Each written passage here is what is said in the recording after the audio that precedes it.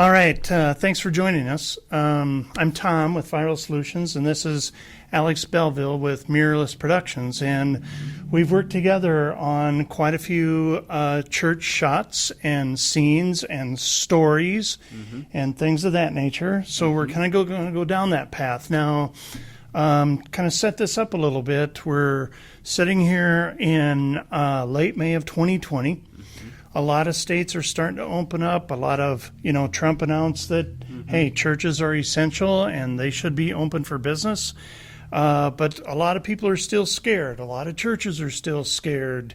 They all of a sudden had to get thrown into this live stream movement and things like that. But the fact of the matter remains is that video is a hot need, and churches are a business. And they need to be able to connect with their audience in a cinematic way, right? Completely. Now, we worked with Alex on a really special project of a church we work with in Oklahoma.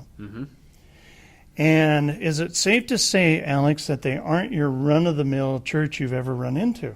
Not at all. Okay. In a good way. Let's talk about that a little bit. This is a Messianic church. That means that you've got a little Jewish influence, you've got a little mix of the Christian believer, and those worlds come together in the whole history of the church and that type of thing. So I got a really special story to tell. Now, before we go down that path, you and Chelsea married, you have 3 children, and they go to school where? At Valley Christian. So it's a private Christian school here in town in Oshkosh, Wisconsin. So you're a believer yourself? Yes. Okay. Practice it. Put your kids through school. The whole works, right? Okay. So we bring you this client that's Messianic, and they want to tell a story about their connection to Israel, but from more of a Jewish spin than a Christian spin, right? Yep. So tell me what you had to go through to understand that and to be able to produce that. Completely. Love that you asked that because, working with them has just been amazing, but it was really hard in the beginning to tell their story because I felt like I had to take, more time than normal to tell that story. But, it was just really kind of understanding their beliefs, their messaging. Tom was really able, they've been a long-term client of Tom, so in Viral Solutions, so he was able to really set me up for success with that. But it really took like meeting with Tom, 2-3 different times, working with Shannon from Viral Solutions, spending time on their website, watching their videos. It was really a mixture of all that before I could even feel like I could tell their story, from a honest standpoint. Okay. So these churches out there are trying to get some videos done. We weren't able to go there and shoot on site. How did you overcome that? Yeah, that's one of my favorite stories of how just we've been able to adapt and what, we've worked on several projects, Tom and I, with them throughout the pandemic. But we've been able to use some of their existing footage that was shot, in previous years in Israel. But more importantly, we bought a lot of footage online. And I'll be honest, in the 8-9 years of creating videos, I have never bought footage to create video for a client. Me either. I have always personally shot it with my 2 hands and the camera.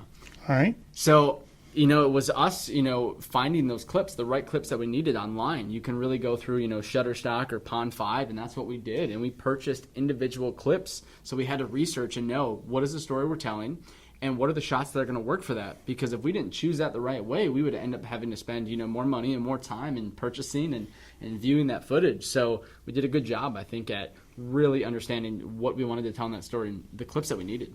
So my point in bringing all of that up is you deep dive a lot into your customer, into your customer's customer, to tell their story and to show it right and to be authentic and make sure you're representing them correctly. Those are all important things to you. Very. And in a church, does it not kind of tend to raise the bar a little bit from the normal corporate video? The professionalism, getting the story right. Because in this particular client, when they first looked at the shots that were made, there were little tiny scenes that didn't represent them real well. and we work together to fix that. But that's normal for you, right? Yes, completely. I mean, I think they've been maybe one of the most unique case of like how, like you said, they were not our normal corporate or business or brand, style, or they just weren't our typical client. And for me, though, I like a good challenge, so I kind of felt that challenge and that pressure to like learn it. So, we've made how many videos now? I think 4. Something like that. Yeah. So yeah, I think it really was that first video or two of kind of working through. Okay, are we telling their story the right way? Are we getting the right footage? And it took me a little bit, I think, to get it down. But in the last 2 videos we've done, I felt really good about how we were able to create those. So if you've got a pastor sitting out here watching us, and they might be in a state where either they're still quasi-locked down in one of the phases, or let's face it, you might be open, but your flock may not want to come sit in the church and be exposed, right? Yeah, or not as many maybe showing up. So a lot of them are live streaming, right? Yes. So what special things do churches need to consider when they're live streaming? Lighting important? Very. Okay, why? So really, like when you're doing a live setup, I think that's the big thing right now that churches can focus on is having a more, just authentic and elegant approach to their, live setup by having the right lights, by placing the camera in the right way, by let's say they're live streaming a sermon, right? And obviously everyone's, sermon and what that looks like is different. But my suggestion would be is to put that camera closer to the priest so we can see him from here on up and connect with him more. So I've seen a few where they had like a really wide shot, so you saw like the whole front of the church, like maybe they had the choir there or something. And I understand. And he's off at a distance, yeah, small in the frame. Yep, you can barely see him, and then so sadly because the camera is so far back there, that audio quality is not going to be good too. All right. And that's a huge one. So let's say I'm scrolling through Facebook and, Sunday morning and I should be hopping on there, right? Like, even though let's say I can't make it to church, but I really should still be tuning into the message, right? Well, if I stop and I see that, I click play, I can barely see. Let's be honest, a lot of people are watching on their phones too. So that's a big point to bring up. Even smaller yet? Yep. So it's like this big. I'm looking on my phone and then, okay, I can barely see my pastor or the priest. And then all of a sudden, the audio's not that great too. Sadly, even your every Sunday churchgoer may not stay, tuned in for that. Okay. So imagine if that shot and that camera was closer up, the priest was right there, pastor right in the forefront, okay? The quality is just great. I'm going to maybe even put that on my TV to play. Right. I'm going to be that much more excited. I'm going to connect with him just like, I was or closer to before. So let's talk about going from live to making a about the church video. I presume you would maybe take one of his or hers great sermons, and then that's telling a story, and then try to work in pictures of the people in attendance in the pews or people out and about in normal life, and how that applies. How do you put all that together and get it done in 60 seconds to 2 minutes? Yeah, so are you saying like an overall kind of like story of like, let's say how we've done one of the Kurt Landry ones? Yeah. Okay. Well, really, I think it's really unique how you could tell a story for a church because, there's a lot of different ways where you could tell, let's say, a piece of the church's story, about who they are. You could focus on, the head pastor or priest to tell some of his story and with the church, why he loves, giving back and speaking about the word. You could do it that way. But also what's really fun about, whatever religion you're in is there's just so many awesome biblical stories, right? What if we took some of those biblical stories and told them in a new age way? Okay. With people, there's just a lot of different ways you could do that for us to, as a viewer, interpret that story. To get that message across of, let's say Apostle Paul and his like redemption story, right? Yeah. There's so many ways you could make a new age story of that and still reflect those main biblical beliefs of back then. Beautiful, beautiful. Now, so let's dive into a little bit here on talking about working with a church, creating a storyboard about them. one of the things I learned in working with you is you tend to piece this together differently than like what we're doing here. I mean, we're filming, we got audio going. You do those separately. Do you do it that way all the time? Yeah. No kidding. Can you tell the audience a little bit about how that works? Yeah, just so like kind of like the process of piecing it together. Yeah. So for us, it's really like if I'm working, let's say, with a new church organization for the first time, I'm really going to want to spend that time with one of the key main people in the church and organization. Tell me more about your guys' organization. Tell me more about yourself. Why do you love doing what you do? Why do you love speaking? All these things. I really need to take that time to learn about that church and what is their specific story. So I can start to think about, okay, how can we tell that? And then really what I'll do is I'll write a script to music. So I'll take their story, I'll find, some elegant or nice piano music that might fit that story, and then I'll start writing out their story to the script. So I'm able to tell that story, from their point of view. The beauty is if I spent enough time with them and I looked into, their website and their social media presence and maybe even met with a few people, that go to the church, I would have such an awesome grasp of who they are that I would be able to write that script from their standpoint almost. From a marketing standpoint, here's why I love working with Alex in churches, is because when he puts this together, so he's filming all kinds of shots, sometimes has to buy footage to work that in, especially in our current environment. Completely. Then, even remotely, you can have somebody do a quality audio recording, but you want like 5 or 6 takes of that with different voice inflections or pauses or just read it off, different paces too, right? Yep. And then as you piece this together and you end up with a final film, here's the real key of what I love about Alex's process from a marketing standpoint, is that I can come back to that video and I can reshape that into a different story using same images, maybe changing up the order, maybe shortening it or whatever, slicing the music and the audio back and forth. And you've taught us how, as a marketing company, that we really don't have to worry about how all of that's shot. Because when you put it together, you can reformat it. Completely. I mean, that's incredible. I mean, I appreciate you saying all that too, but I think that's one of the most fun things. I mean, working with churches and working with Kurt Landry has been new to me, but I'm just really, my eyes are open about the different ways we can tell that story, because there are so many amazing stories and teachings and disciplines in God's Word, and there's so many ways that we can interpret to tell those stories that it's endless. So for example, the past 2 videos that we've done, with Tom and Kurt Landry, is we've used, talent, just, one for each video. And we've shown a person just simply on a journey in elegant places, like outdoorsy parks. One kind of looked like Israel. Another one was a wild waterfall.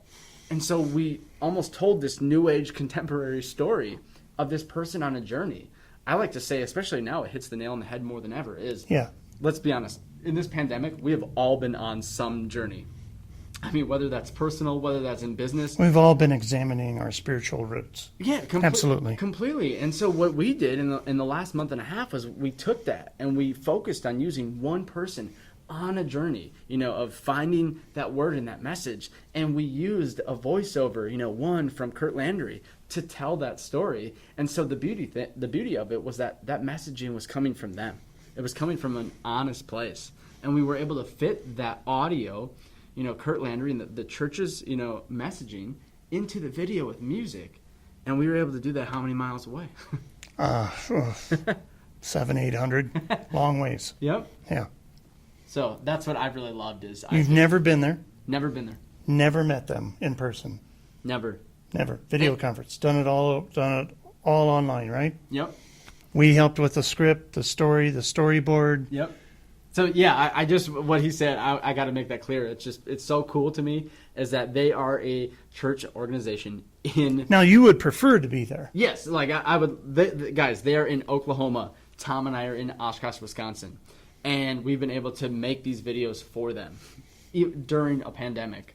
And that to me has just been an awesome experience, way we've been able to adapt. It was a thrill. Really was. And simply still tell their story, because that's what our goal was to do, was to tell their story. And then, help bring people in still to their online presence. Any tips out there for, let's go the other end of the scale. Okay. We've got a lot of churches who they might be struggling. Yes. They might be startups. Mm-hmm. What kind of advice do you have for them that they want to do this on their own? Okay, because quite frankly, that's their only option. Mm-hmm. I mean, but they want quality. They want to get it out there. What are some things when you look through things? I mean, let's be honest. We see things that, wow, that was really well done, or, that could have been done a lot better, even if they were both done by an amateur, okay? And that's the budget, and that's the reality. You got any pro tips? Yeah, I mean, I think there's there's so many ways that churches can be telling their story. And I think that, there's some that could be telling it more. Okay. And that's simply what I think they need to start doing, because we live in a time in 2020 when technology is, obviously at the best point it's ever been. Yeah. Our phones do 4K video. There's really nothing holding you back from, making videos and doing that. And from what I've seen, a lot of churches are very fortunate that they do have, they have audio equipment, they have video equipment, they have stuff for going live. My microphone, my lights, I bought from Amazon. So Tom is a great example. He is not, I am the video professional, yet I am here at Tom's office, and he has an awesome little semi-professional setup. It looks really good. He has a better live setup than what I have right now. I mean, serious, it's true. I got to be transparent in saying that. But that's what I'm getting at, is that it just really takes, Tom took a little bit of time to learn this equipment, to learn lighting. I didn't give him all that. I wish I would have gave him more. But he did this on his own, and that impresses me. And that's what churches, I think, need to be doing, is spending a little bit more time let's make sure that our live setups are really good. Let's take time to tell our story. There's a few other kind of points I want to bring in too, is that I think, Kurt Landry, I hope I can bring that up, is a really good example of, he has, Kurt Landry Ministries, House of David. Mm-hmm. Kurt Landry has such an awesome personal brand, such a strong and big one. 600 and some thousand followers. He has 600,000 followers on Facebook. Now, not, everyone has that big of a personal brand, but Hasn't always been that way. I think, pastors and priests should push to have a strong online presence, because a lot of times they are the ones out in the forefront, guiding the church community. You and I were talking about that recently when you had said, hey, I went to church and my guy wasn't in the pulpit, right? And that kind of bummed you. So the personal brand goes beyond that, whether this is a Lutheran or Baptist church or whatever. Completely. That really there is a personal brand involved in there. And video helps you make that connection and draw people into your facility. Yes. Okay. And guys, I know that may sound kind of weird, like my pastor or priest and his personal brand. Well, some churches that kind of goes against some of their beliefs and the way they feel about self-promotion. All right? Yep. But from a marketing standpoint, we know that if you had 1,000 new members 5 years ago, you got 6 left. That's the typical statistic in a church. You get that much turnover. And a lot of the time, it has to do with who's in the pulpit. Okay? Yep. And where they're at in life. Because who's in the pulpit, that's who you're going to connect with.